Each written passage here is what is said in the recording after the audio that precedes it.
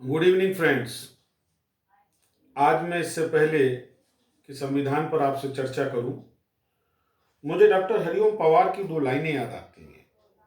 Doctor Pawar कहते हैं कि मैं वाणी का राजदूत, सच पर मरने वाला हूं और डाकू को डाकू कहने की हिम्मत करने वाला हूं। जो विषमताएं, विकृतियां हमारे संविधान में व्याप्त हैं, जिसको आम आदमी से दूर रखा गया है, वो निसंदेह अगर उजागर की जाएं तो हमको लगेगा कि हम किसी ऐसी व्यवस्था में जी रहे हैं जो हमारी अपनी नहीं है। जैसे मैंने कल आपसे वार्ता की थी कि भारत का संविधान, उसका रचयिता स्वयं कहता कि अगर मुझको अवसर दिया जाए तो मैं पहला व्यक्ति हूं जो उस संविधान को मानने से इनकार कर दूं जो मैंने खुद लिखा है। क्यों? क्योंकि वो संविधान भारत की जनता ने नहीं लिखा, उसमें जनता की सोच शामिल नहीं है। वो संविधान गवर्नमेंट ऑफ इंडिया एक्ट 1935 के विधानों के अनुसार है और उसके बाद में जो उसको मूर्त रूप दिया गया है वो प्रभावित है इंडियन इंडिपेंडेंस एक्ट 1947। तो भारत कहां गया? आप देखिए कितना बड़ा मजाक है कि पूरे संविधान में भारत गणराज्य तो कहा गया, राष्ट्र नहीं कहा गया। आज मैं प्रदीप मिश्रा जी को सुन रहा था तो उन्होंने कई बार इस विषय को उठाया कि क्या वजह थी कि हम आज भी राष्ट्र नहीं हो पाए, क्योंकि अंग्रेज हमको राष्ट्र नहीं घोषित करना चाहते थे। आज भी हम उन्हीं की दास्ता, उन्हीं की गुलामी में जी रहे हैं। हाँ, गुलामी का आवरण जरूर बदल गया है।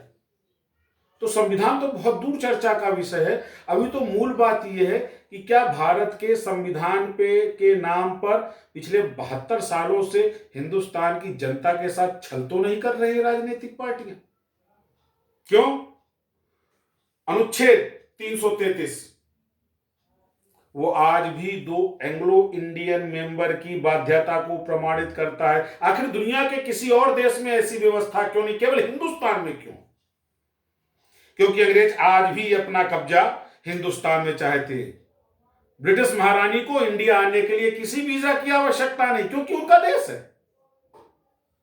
और कोई राष्ट्राध्यक्ष आएगा तो वो पूरी औपचारिकताएं पूर्ण करके आएगा, परंतु अगर ब्रिटिश की महारानी इंडिया आना चाहेगी तो हमारा देश पल के पावड़े बिछा के आज भी उनका इंतजार करने को तैयार है। और जॉर्ज पंचम की तरह फिर कोई ना कोई कवि कहेगा जनगण मन अधिनायक जय है।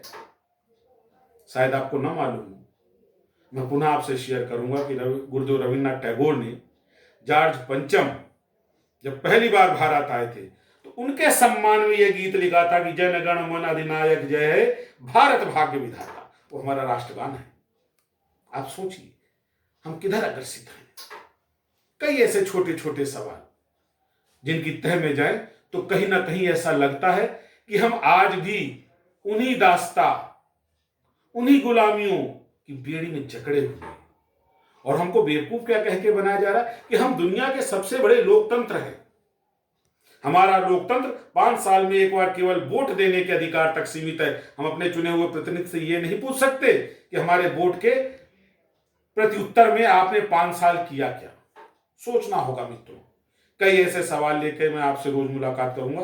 नमस्कार।